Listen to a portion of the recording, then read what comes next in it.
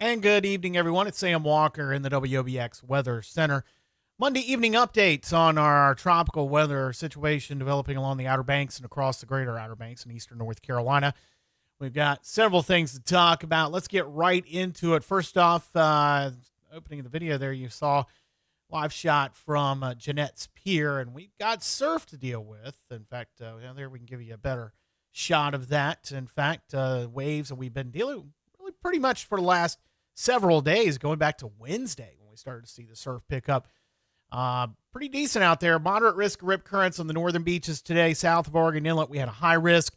We're going to be in a high risk for all the beaches of the Outer Banks, and pretty much all of North Carolina's beaches are going to be high risk, it looks like, for the next several days into the weekend and possibly even past Labor Day next Monday. Unfortunately, it's not going to be a good day for swimming for the next couple of days in the ocean. Going to be good for surfing, especially the WRV Pro, which gets underway this week at Jeanette's Pier there in Nags Head.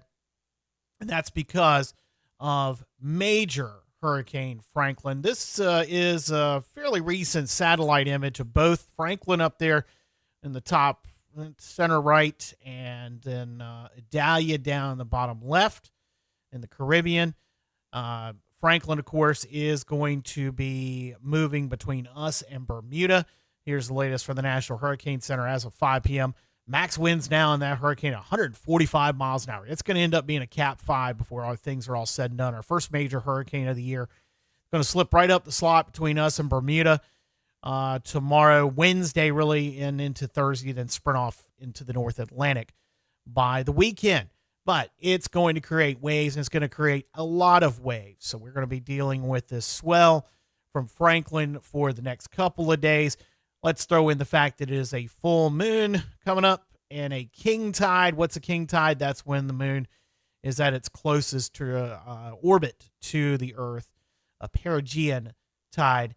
And that is when things get a little rough. So our tides are going to be higher than normal, and couple that with the big surf we're going to get from Franklin over the next couple of days means we're going to be dealing with the possibility of some overwash. We do have a high surf advisory going into effect for Hatteras and Ocracoke Islands tomorrow and into Wednesday.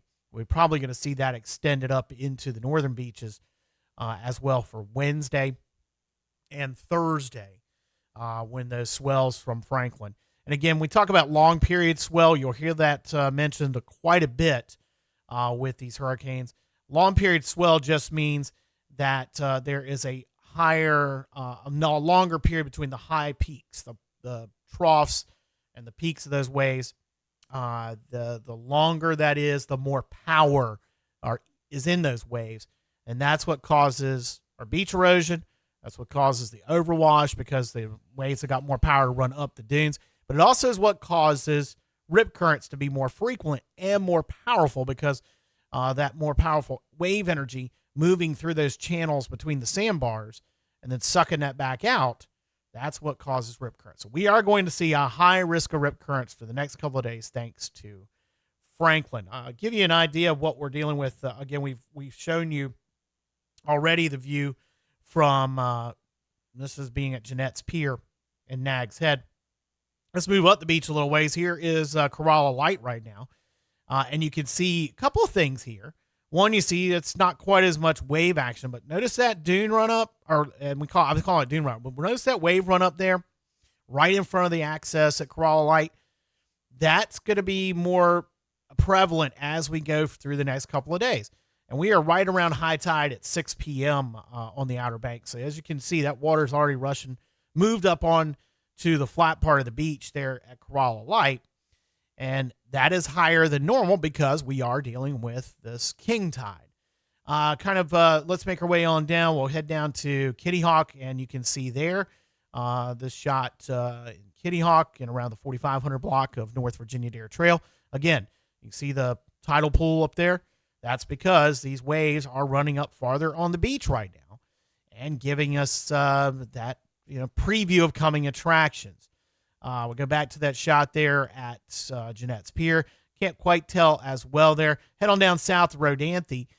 just south of Renanthe Pier, where hopefully we're not going to see some action with those houses that are threatened. Can't quite see the beach as well as the waves in these shots, but you can see a little bit more wave action down there the farther south you go. And then we get down to Hatteras, and it's pretty benign down there, actually, but we do have high risk of rip currents. Looks can be deceiving with these waves that we're going to see over the next couple of days. So Franklin is one story. Another story we need to be talking about, that is this. We're going to see quite a bit of rain this week. Now, this is not related to any of the tropical systems yet. We've got kind of a disturbed weather pattern over top of us. That's why we've been seeing the clouds off and on throughout the day today. That's why we've been seeing the showers and thunderstorms periodically. Some of these showers and storms are going to dump quite a bit of rainfall because there's not really anything to move them around. So if we get rain, we've seen some flash flooding up in the Hampton Roads area today, and we've also seen some flash flooding down towards the southeast corner of the state today. So this rain that we're seeing well before any impacts from Idalia is because, well, we're going to see this rainfall amounts increase over the next couple of days because of that. And then let's throw in Idalia and let's take a look at it. So you can see there, anywhere from 1 to 2 inches up towards the state line, 2 to 3 inches for interior sections of northeastern North Carolina. Then we get to 3 to 4 as you get on down to the beaches and then on across Dare and Hyde counties mainland. 4 to 6 inches possible Hatteras Island, Ocracoke, and back over to the west on the western shore of the Pamlico Sound. That's all the total rainfall expected this week. That was from the briefing earlier today from the National Weather Service at Newport. So we talked about Franklin. We talked about our rain that we're going to be getting over the next couple of days. And then let's talk about Idalia. Now, Idalia is getting wound up. I was looking at some satellite imagery before we came on the air here, and Idalia is really starting to get pretty impressive. In fact, I might throw those up here on the screen for you in a minute. So Idalia this afternoon located right off the tip of Cuba, about to become a hurricane. Then she's going to blow up as she gets up into the Gulf of Mexico Tuesday.